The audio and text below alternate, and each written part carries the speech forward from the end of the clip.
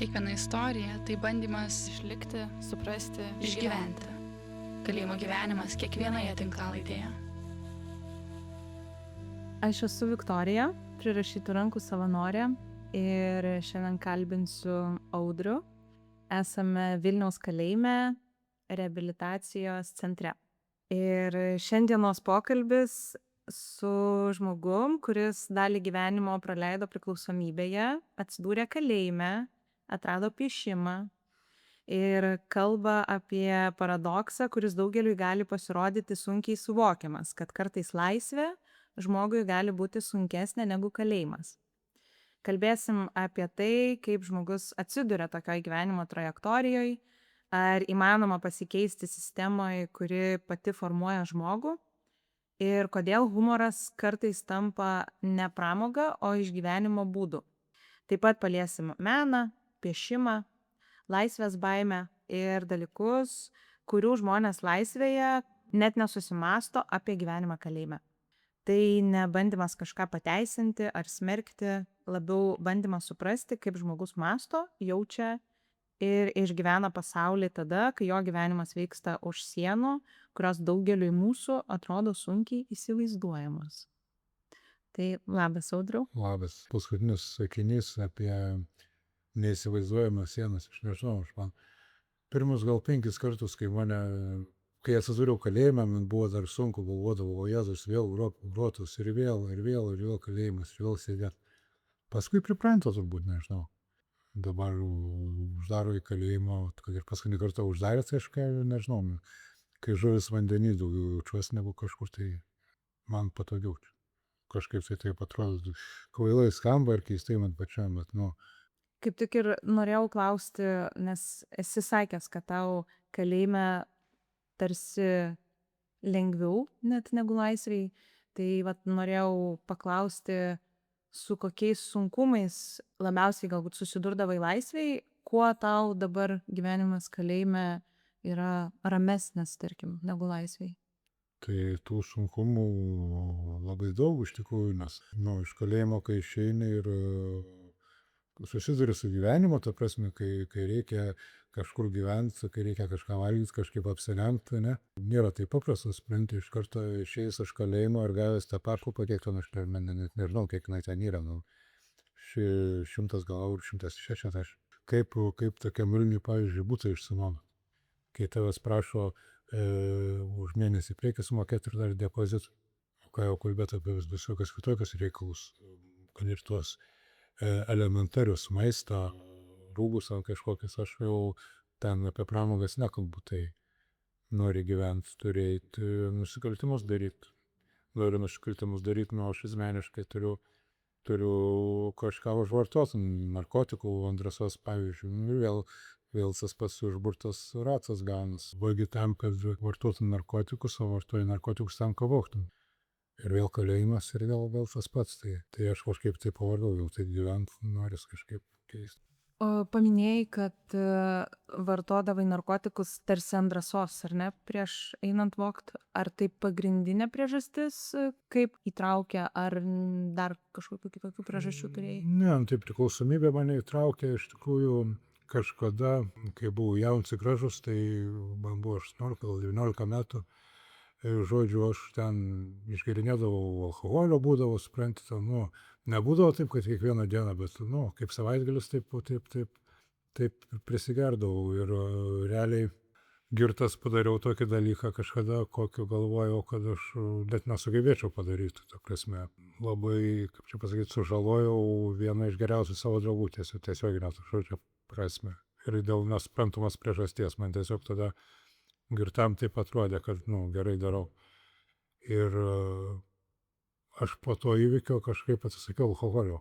Supratau, kad aš negaliu gerti, nes, negaliu savęs kontroliuoti. Gal kokius metus, gal biškai daugiau kaip metus buvau visai blaivas ir paskui taip kažkaip man jau gal po biškai, kaip čia pasakyti, pradėjosi norėti to, atsipalaiduoti. Norėjosi kažkaip tai pabėgti nuo visko, nuo gyvenimo. Tai vienas pažįstamas pasiūlė gal labai keistai skamba, prasidėjo nuo tos žolytės vadinamos, nuo marihuanos, bet man tas poveikis visai patiko ir svaigulys, ir tas toks, kaip pasakyti, agresijos nebuvimas, supranta, apsvaigus, tas hi, man tas toks patiko, tas toks atrodė, radau savo atsipalaidavimo būdą, nu, bet su laiku vieną narkotiką keitė kitas ir praėjus ten kažkiek metų jau žiūriu, kad aš sėdžiu ant heroino ir jau mane laužia, kai aš paprasčiausiai jo nepavartoju.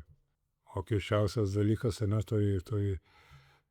tam vartojime narkotikų, tai kad tu kuo žemiau tu krenti, tu dar matai, kas žemiau tavęs yra. Nes, kaip pavyzdys, pradėjau rūkyti žolę, ne? Ai, tai čia nieko tokio, čia yra baisiau, kas kažkokį ten amfetaminą uosto ten ar ten kitoj pradėjau amfetaminą uostyti. Tai čia nieko tokio, labai sus tie, kurie ten per veną durėsi, švirkščiasi. Pradėjau švirkščias, tai čia nieko tokio, čia amfetaminas, čia būtų koks heroinas, tai reiktų susimastyti. Pradėjau heroiną švirkštis, tai aš čia normaliai viskas yra. Aš taip nesilgiu, nesitrinu prie stoties kaip narkomanai, ką aš žinau. Pradėjau jau pabiškai prie stoties trintis, nes jau nebebuvo kur kaip ką pinigų pasidaryti, kažkokį ten žmogų žioplesnį iš kaimo pagauti ir apgauti kažkaip tai ir pavogti iš jo. Tai čia dar nieko tokio, aš pažiūrėk dar sveikas, yra žmonių, kur ten, ką žinau, sutinusiam kojom vaikšto, kur net negali normaliai funkcionuoti, ne. Pačiam atsimenu, ištino vieną koją, vas nenupjovė. Čia nieko tokio, čia dar man pas daktarus nereikia, dar čia man sugis, žinai, tai...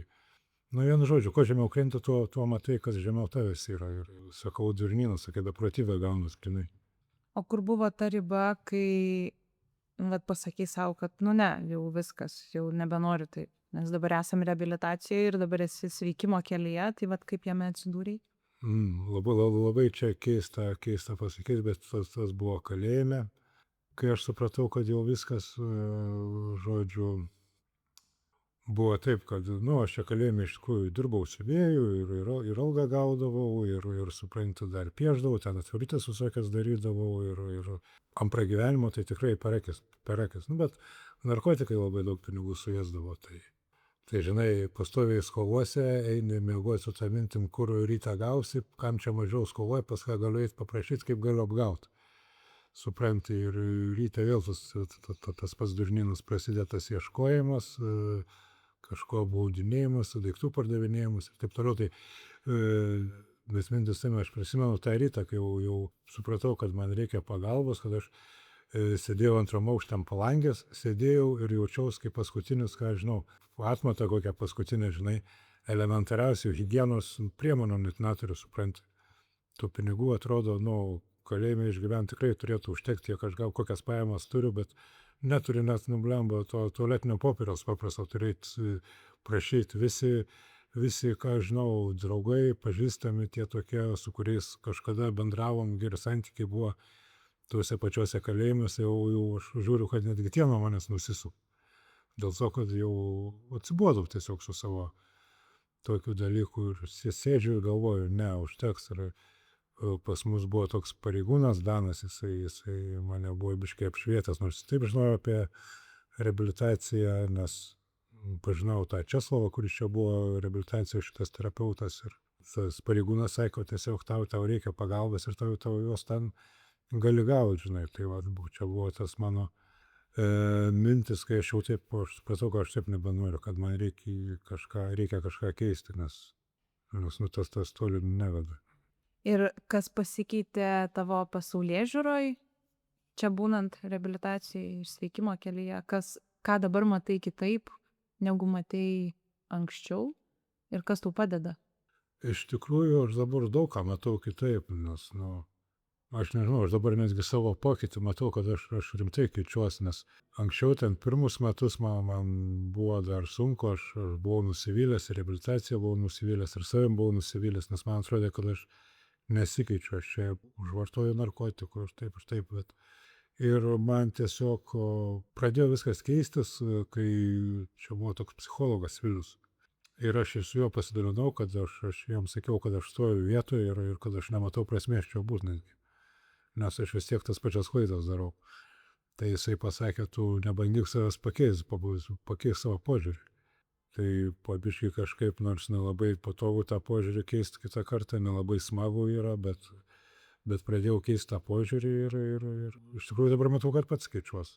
padeda daug dalykų, tokių kaip piešimas ar šiaip kažko konstravimas, kažko įdomaus, nestandartinio, netradicinio. Man čia tokia kaip pabėgimo būsena, kai nebegaliu būt pats su savim, tada bėgu į tą kažkokį užsiėmimą. O kiek dabar jau laiko nevartoji?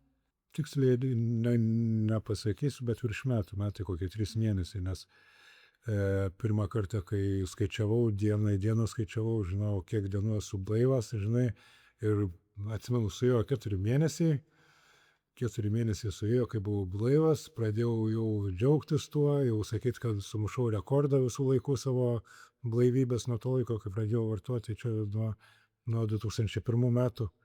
Sumušiau rekordą, 4 mėnesius iš vis nieko. Ir suprantate, aš jau pradėjau tikėti savim, pradėjau tikėti, kad čia aš jau pasveikau, man jau čia to nereikia, nereikia darbų daryti, nes aš jau tiek laiką, kaip čia pasakyti, pakėliau savo uodegą, ta prasme, didžiavaus tuom ir praėjus keliom dienom pavartojau narkotikų.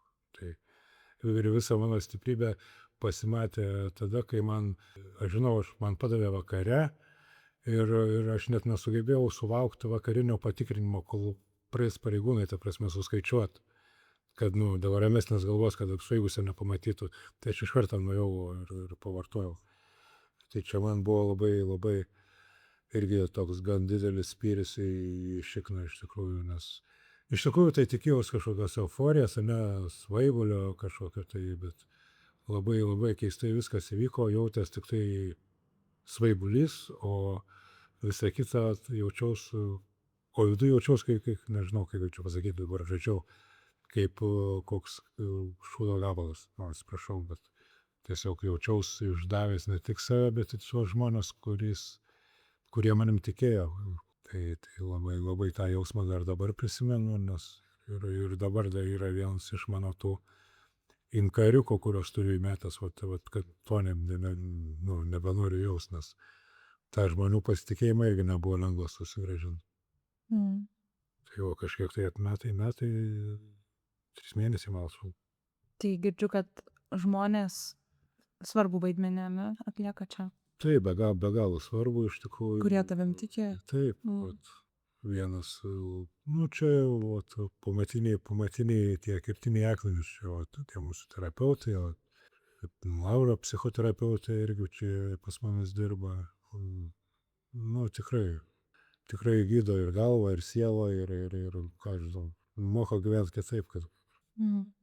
O gyvenant čia, pavyzdžiui, kalėjime, kaip manai, ar yra dalykų, kurie galbūt žmonėm gyvenantiem laisvėje atrodytų labai sunku, o tau tai visiškai lengva, paprasta?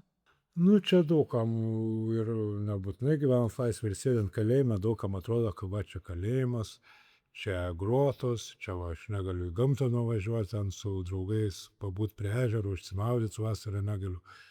Tiesiog, ką žinau, susitaikęs tą mintim, kad tu negali, o šiuo momentu šiaip tų dalykų labai daug yra, nes, čiagi pilna tų visokių nerašytų įstatymų, kurių turiu laikytis gyvenant kalėjime, supranti, nenori, nes tikrai, vien ta psichologinė pusė būtų sunki, galvoju, sunki būtų žmogui nebuvusiam tokiai vietoje ir patekus.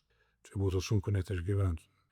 O tu viduje jautiesi laisvas? Jo, taip, nežinau, kodėl vis aš jaučiaus laisvas. Kas tau apskritai yra laisvė, kaip tu tai patiri? Nežinau, nes kaip pasakyti, man patinka būti kitokiam negu visi, gal, žinai. Ir aš taip stengiuosi elgtis, kad ir čia nesilaikau tų kažkokių džabiliškų, kvailų šitų stereotipų, žinai. Ką žinau, man patinka toks meno kažkoks darymas, piešimas, kažkokių rėmukų darymas, dar kažkas tai. Žodžiu, aš prisigalvoju ten tokį paveikslą iš siūlų klijavau, atsimenu, tai labai daug man kainavo laiko, bet gausnis rezultatas geras buvo. Buvimas kitokio mane darė laisvą, kad ir tie patys ūsai, kiek čia visokių komentarų susilaukiu dėl tų ūsų, bet, ką žinau, man patinka, gal man dėmesys patinka, aš nežinau, nors ir ne visą laiką kažkoks geras, bet tai dažniausiai komentarai ten kažkokiu bus irkai išvadina šamu kokiu ar ten, nu kas man, aš jaučiuos gerai, žinau, man tai suteikia tokią laisvę kažkokią. Aš klausytojams tik tai pagarsinsiu, kurie nemato tavęs, kad Audrius yra su tokiais 2 ilgais ūsais, kuriuos yra susirišęs spalvotom gumelėm.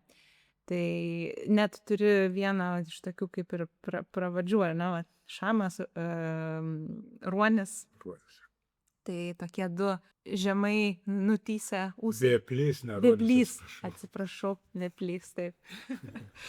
Tai pakelia man nuotaiką, kaskart pamačius, kokios spalvos gumytėm šiandien esi ūsus susirišęs. Kažkada buvo karoliukus tokius susivėręs į ūsus su žuvies ženkliukais, nes durna žuvis esu palei horoskopą, bet čia tik vieną kartą, tai buvo labai daug reikalų, ten vos ne po vieną plauką turiu kaičiuoti, tai neapsimau pusę dienos kaičiuoti ir nešiuoti kitą pusę dienos su piktais, nes paskui vis tiek išsitampa.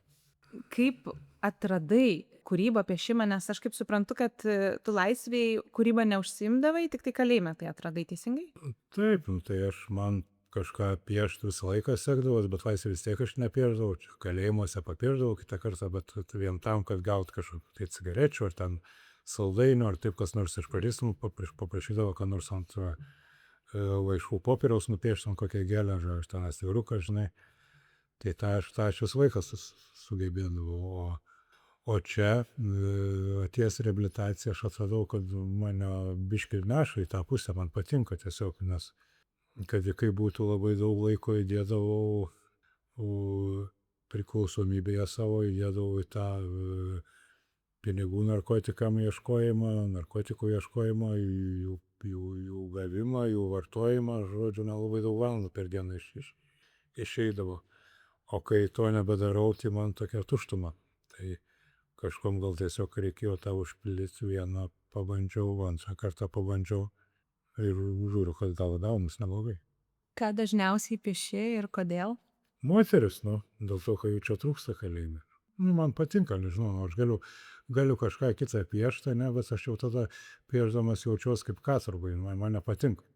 Čia paskutinį kartą čia vienam mūsų reabilitacijos nariui turėjo išeidinėti laisvę, paprašė vilką tokį nupiešti prie mėnulio, tai aš tą paveikslą jam piešiau gal 5 mėnesius. Kur šiaip moteris per savaitę man gaunas. O ten ne, jau kur galima nustumti, atidėti, aš ten atidėliojau, paskutinės savaitės, kokios turėjo išeidinėti. Tik tada ten baigiau. Čia irgi šiek tiek konteksto klausytojams, kad patalpa, kurioje sėdime, yra pilna Audriaus paveikslų. Tai yra ir keli molbertai, keli procese paveikslai, daugybė paveikslų kabo ant sienos ir beveik visų turbūt ir rėmai yra paties Audriaus gaminti. Sieną Audrius dažo, perdažinėja, tai man kaskart atėjus savanoriauti, Audrius vis parodo, pasidalina arba kažkokiu naujų paveikslų, arba kažkokiu pradėtų. Tai iš tiesų labai žaviuosi ir stebina tokie kūrybiški sprendimai. Ir gal dar gali, Audriau, papasakot, atrodo, kalėjime kaip ir yra ribotesnės galimybės kažkokias priemonės gauti, ar ne, bet vis tiek tu sugalvoji, kaip tos rėmus pagamint, kaip juos dekoruot, ten rėmai su lemputėm, kaip instaliuot, kad šviestų. Ar tas ribotumas kaip tik išlaisvina kūrybiškumą, ar kaip irgi tu tai matai? Tai tas ribotumas, žinoma, jaučias, nes vis tiek tu negali gauti tuo, ką tu gali gauti nuėjęs į parduotuvę. Nežinau, dabar neseniai, čia man kaip nesenai buvo gimtadienis, pavyzdžiui, ir man čia terapeutai atnešė dovanų, ten dažų, tokių, sakau, metalik spalvom, žinai, su blizgučiais dažų, ir aš pagalvojau, mane įleistų į tokią parduotuvę, kažkokią specializuotą, tai manęs iš ten neišvarytų turbūt taip lengvai. Bet tai tas ribotumas, šiaip mes turim čia labai nuostabias užimtumo specialistės, jos padeda kom gali ir su tom pačiom drobėm, ir su tų dažų ten, kokių nori praktiškai gali gauti, paprašai, kitą kartą reikia palaukti, bet bet jos padeda ir skatina tą tokią veiklą. O apie tokius kūrybinius dalykus, tai, pavyzdžiui, tų lempučių instaliavimas, čia turbūt daugiau iš neturėjimo ką veikti.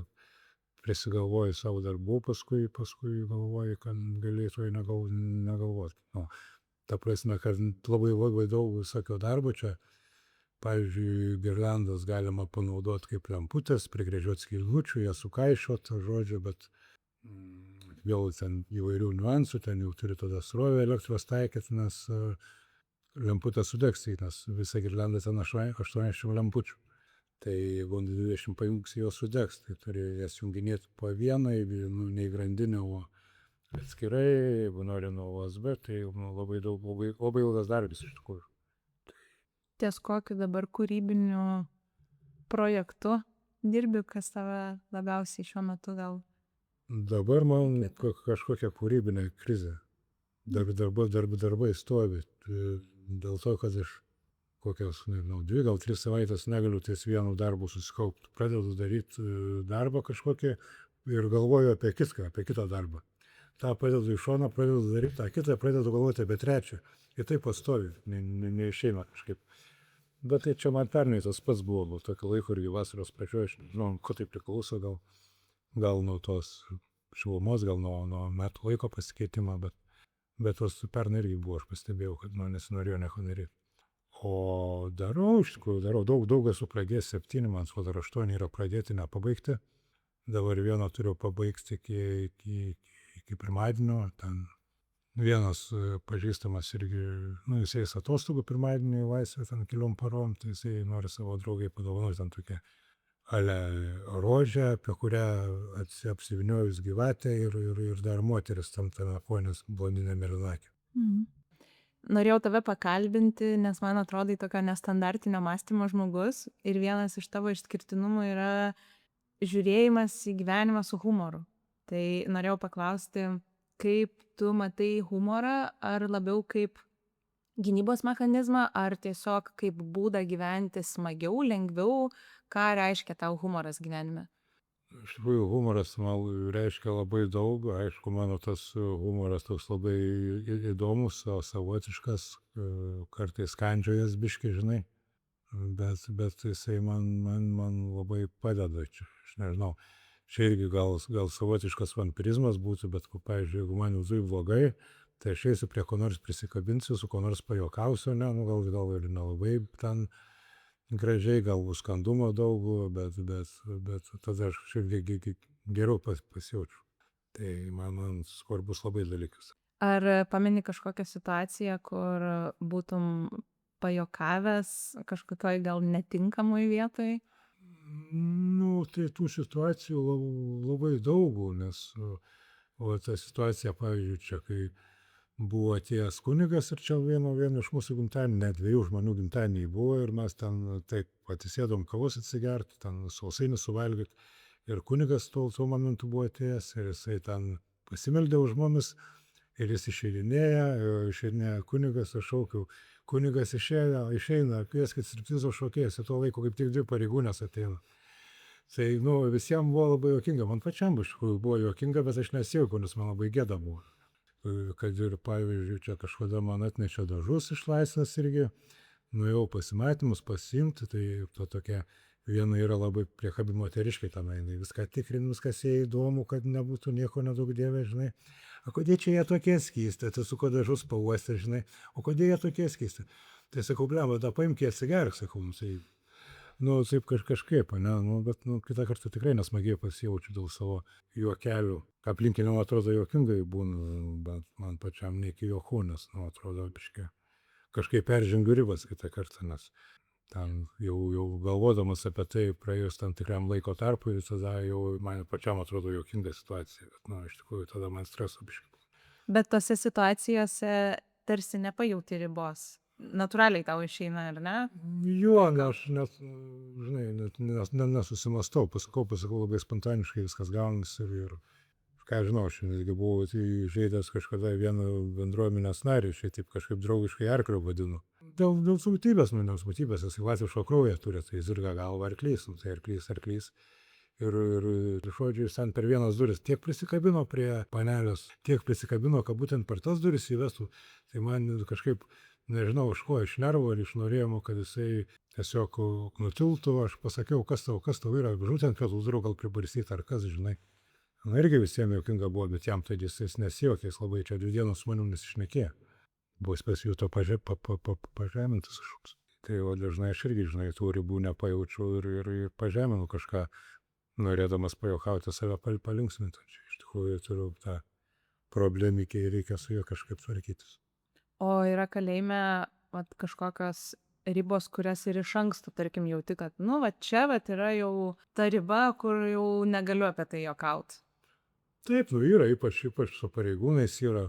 O pavyzdžiui, aš anksčiau labai juokaudavau, čia pastoviai vaikšto, saugumo valdymo skyriaus pareigūnai, ir jie kitą kartą sakydavo, man labas rytas, anksčiau aš sakydavau, kai jūs nusprogtumėt. Taip kažkaip pasakydavau, jūs tai labas rytas. Ir čia kaip ir pasiunti juos, bet kaip ir, už tai tau atsakomybės nebus. Aš tai sau leisdavau sąmoningai, žinai. Žinodavau, kad aš juos sunervinsiu, bet jie man, žinojau, ta prasme, nesurašys ten kažkokių tarnybinių, aš neturėsiu dėl to pasiekmių, bet jie pasielas buvo blogiau.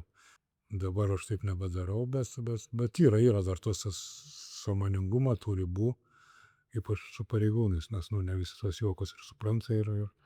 Esi kažkada man pasakojęs, kad ir teismo posėdyje juokavai. Jo, prisijuokavau teismo posėdyje, nes ši mano bausmė yra pati ilgiausia mano, tai bendrai paėmus 9 metai 7 mėnesiai už vagystes, kur aš anksčiau ten, 2 metus gauni, metus, 6 mėnesius ten kokius, taip, pastojo išeini, privagi ir vėl sėdi ten metam ar pusantriem ten pasodino.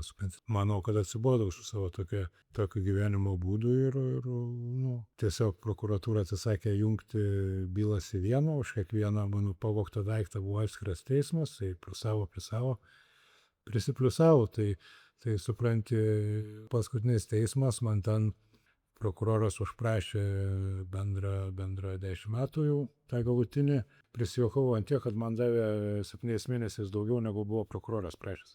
Tai, žinai, užprašė tuos metus ir aš galvoju, ką aš, ir man jau net nerviškai pradėjau šaut, ką jūs, sakau, debilai esat, kas jums yra. Kažkokių pilna tokių, kur ten, pedofilų vaikai išprievartauja, gauna 3 metus. Sakau, aš dviračio porą pavogau, ten kažko tai, bušiai. Ir tada reikia, sakau, langus, nafik, kad biškį teisybėse bus. Tai va taip ir prisijuokavau. Nesuprato tavo humoro. Čia daugiau ne humoras buvo, čia norėjimas kažką turbūt įkast, toks labiau kandumas. O kaip manai, arba kaip jauti pagal save, ar žmogus gali iš tikrųjų pasikeisti, ar labiau žmogus tiesiog prisitaiko prie sistemos? Su laiku pasikeičia, aš galvoju, viskas pasikeičia. Šuo kariamas pripranta, tai tiesiog, aš galvoju, žmogus pripranta prie tokio gyvenimo ir jam čia kaip ir šitas, kaip atrodo taip, kaip turi būti. Yra, pavyzdžiui, aš esu uždarytas, neturiu tam laisvių kažkokių, negaliu nueiti į Lidlą ten, pavyzdžiui, ten 1 kartą per savaitę galiu apsipirkti, turiu kažką dirbti, norint gauti pinigų, to prasme, tai kažką daryti. Tai žinai, ką reikia ir tiesiog taip yra. O ko labiausiai pasiilgsti tiek fiziškai, tiek psichologiškai, gyvendamas kalėjime? Nežinau, daug ko pasiilgstu iš tikrųjų, bet fiziškai, aišku, pasiilgsti to tokio aktyvumo, kokio čia negaliu turėti, man labai patikdavo su dviračiu važinėtis, tai labai kitą kartą daug valandų praleisdavau ant dviračio per dieną, bet čia vėl tas mano praleidimas ant dviračio buvo iš tos pusės, kad aš jau sakykime taip, su profesiniais primetimais.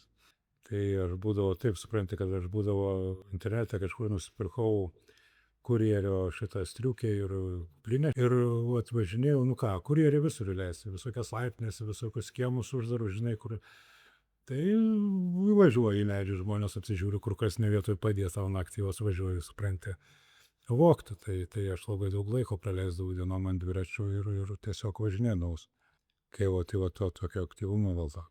labai trūksta, nes man iš tikrųjų net patikdavo, nes šiaip kas dar, nežinau, laisvai buvau toks vienišius daugiau, narkomanai iš tikrųjų visi vienišiai, biškai kitoks jų.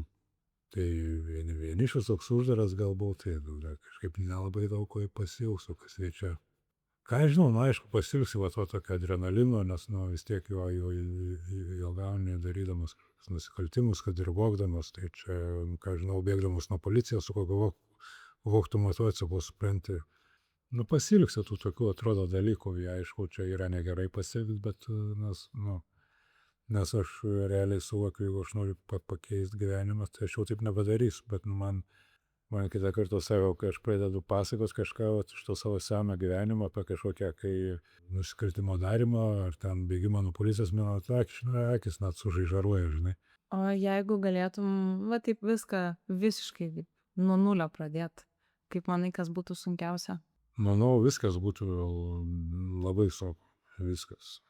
Pati pradžia būtų sunkiausia iš tikrųjų, nes vis tiek nuo nulio, tai nuo to nulio kaip pradėti, 30-40 metų atgal, tu žinai, neturi kur gyventi, tau duot butą ir, supranti, duoda darbą, viską duoda. Dabar viskam pats turi steigtis. Mano brolis visai kitoks žmogus negu aš, iš tikrųjų, jisai irgi čia Vilniuje gyvena, jau 30 metų, 30 virš. Turi šeimą, žmoną, 2 vaikus ir, žodžiu, butą turi savo, gana neblogą darbą, turi iš tikrųjų apsaugos firmoje sistemų inžinierius yra. Ir jam būna sudėtingai, jisai, pavyzdžiui, kas liečia finansinius dalykus, tai jis gyvena nuo algos iki algos, net ne visą laiką užtenka tavo vaikam kažkokiu tai priemonių mokykloje nupirkti pinigų, turi skolintis. Tai tas gyvenimas sunkiausias, atrodo, žinai. Aplamai gyvenimas sunkus. Man kitą kartą galvoju apie laisvės, aš iki panikos priepuolio prieinu. Kaip reikės gyventi, ta prasme, o sąžiningai, kaip reikės gyventi. Ar yra kažkokia dalis viduj, kuri gal net ir nenori išeiti laisvę, nes bijo? Taip, ir labai bijau, nes man dar likę yra 5,5 metai, man atrodo, jeigu teisingai skaičiuoju, tai ką, čia man jokių rūpesčių nėra, čia man nereikia nei už nuomą mokėti, man duoda pavalgyti vis tiek valstybę, nors ten tos košės kažkokios gal ir nelabai skanios, bet vis tiek tu iš bado nenumirsi, maistu nereikia rūpintis, tu turi stogą virš galvos, supranti, tau viską duoda, patalinę, ką aš tik tai susimoku už elektrą 80 centų per mėnesį, kiek palei televizoriaus tos voltus, tai kas ten palei tai kiek, tai čia vienintelis mano rūpestis, kaip susimokėti už elektrą. Tai čia tas kas jau nėra, čia šis jau nėra. O laisvė tai bus kitaip, nes yra buvę, prisimenu, kažkada gavau lygtinai ir viena iš probacijos būtinų sąlygų probacijos buvo susirasti oficialų darbą. Tai aš prisimenu, nuėjau, įsidarbinau Rimi parduotuvėje, šitam, kaip jis vadinasi, Taromatė. Ir labai man nepatiko tas darbas, man ten pastovėjo iš to alkoholio, kai negerdavau, man smirda ten tie surūgusiais savais visokiam nesąmonėm. Ir aš negalėdavau pakęsti to darbo, o kai gavau pirmą algą, ten atskaičiavo antstoliai. Ir jeigu gerai atsimenu, buvo 512 ar 517 eurų. Ir taip išėjo, kad tuo laiku gyvenau su draugė Šiaurės miestelyje ir neužteko net nuomai sumokėti, trūko pinigų. Tai atsidam aš kažkaip nuleidau rankas ir galvojau, kad sąžiningai neišgyvensiu. Tiesiog. Net nepraegzistuosiu sąžiningai. Tai tas man dar labai yra sunkus tas žinojimas, nes jeigu aš nežinočiau tokių dalykų, kad, pavyzdžiui, ką man dirbti visą mėnesį, gauti ten tą 1100 pinigų, kai aš galiu per 2 valandas tą patį dalyką gauti, padarius kažkokį nusikaltimą, ten pavogus, plėšus ar panašiai. Tai žinojimas irgi yra stulb. Jeigu aš nežinočiau, tai žinočiau, kur reikia dirbti, dirbčiau ir gaučiau per mėnesį tą 1100, bet kai dabar žinau, kad aš galiu pavogti ir per 3 valandas, tai kam dirbti, jeigu gali nedirbti, tas žinojimas irgi yra toks biški tarakonas gan didelis man. Ar jau galvoji apie tai, kaip su tuo tarakonu reikės tvarkytis? prieš išeinant į laisvę, ar dar kol kas atidedi tas mintis? Kiek įmanoma stengiuosi atidėt, bet galvoju, aš iš tikrųjų, man labai keistai pačiam skamba, ką aš sakau. Aš džiaugiuosi, kad man dar sėdės normaliai, kad aš dar turiu laiko darbui su savim, dėl tų visų dalykų, dėl tų savo psichologinių visokių, ką aš žinau, ne vien kas liečia priklausomybę, bet tas pats trakons, kai, pavyzdžiui, jeigu man pasakytų, išeini kitą savaitę į laisvę, tai aš labai mažai procentų duodu, kad aš sugebėčiau. Labai mažai. Tai aš džiaugiuosi, kad man dar sėdės, kad aš dar turiu laiko su savęs keitimui. Jautiesi, kad esi procese? Jo, taip iš tikrųjų, nes kažkiek jau pakeičiau visą tą požiūrį gyvenime, bet dar daug kur turiu kur tobulėti, labai daug kur, nes labai dažnai dar tas senas mąstymas išlenda ir aš tikrai nesijaučiu tvirtai dėl. O kaip manai, kas laisvai tau padėtų laikytis to naujo požiūrio? Šiaip palaiko mano brolis visą laiką, bet ir be brolio aš kažkaip anksčiau neturėjau tiek informacijos, kiek turiu dabar. Yra jau visokių organizacijų, kurios padeda tokiam kaip aš, padeda atsistoti ten kojų, ten, ką žinau. Tai vat kažkaip tikiuosi, kad nebus man nei gėda prašyti pagalbos, nei aš jausiuos nusižeminęs prašydamas jos. Manau, kad tikrai svarbu ir įsivardinti, kad man reikia pagalbos ir iš tikrųjų būti gal pakankamai nuolankiam jos paprašyti. Tai jo, nes tos pagalbos prašyti irgi nėra lengva, nes aš atsimenu, išėjau iš Marijampolės kalėjimo, man atrodo, čia gal kokie 2018 metai buvo, išėjau ir taip nebuvo kur eiti gyventi. Tiesiog kad brolių negalėjau, nes ten 2 kambarių butas, 4 asmenų šeima, žodžiu, ten nėra kur apsisukti realiai.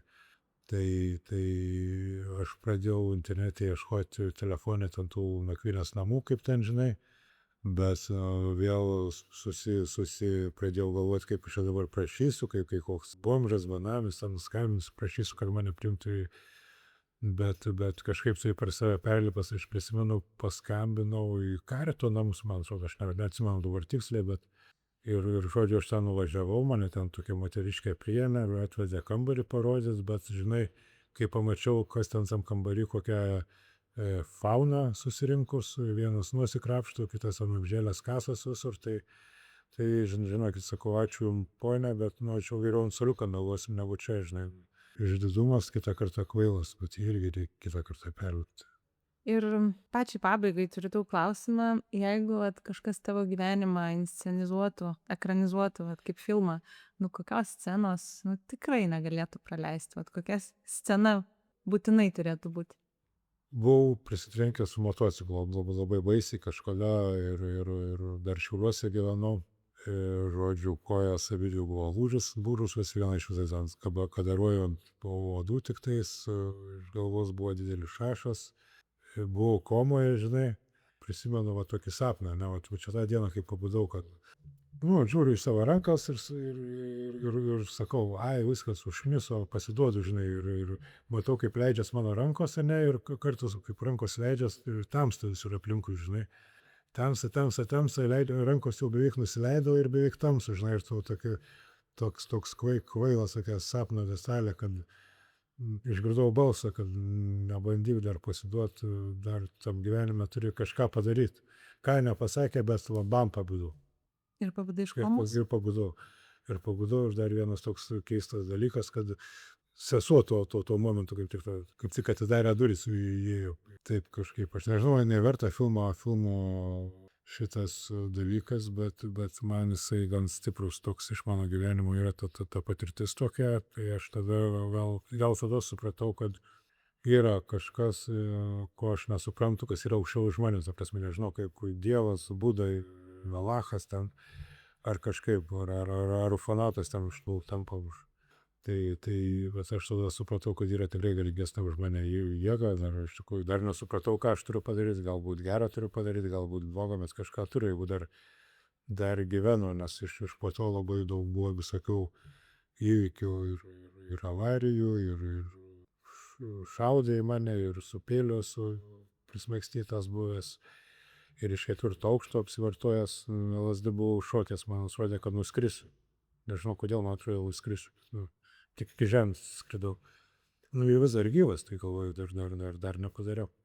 Patirčių taip pat gal ir būtų, bet jos nebūtų labai geras ir nebūtų jom tikrai kom didžiuotis, nes ir kai būtų gaila, labai daug ir blogo su gyvenime padaręs. Ačiū tau už atvirumą, Audriau, ir ačiū tau už pokalbį. Ačiū.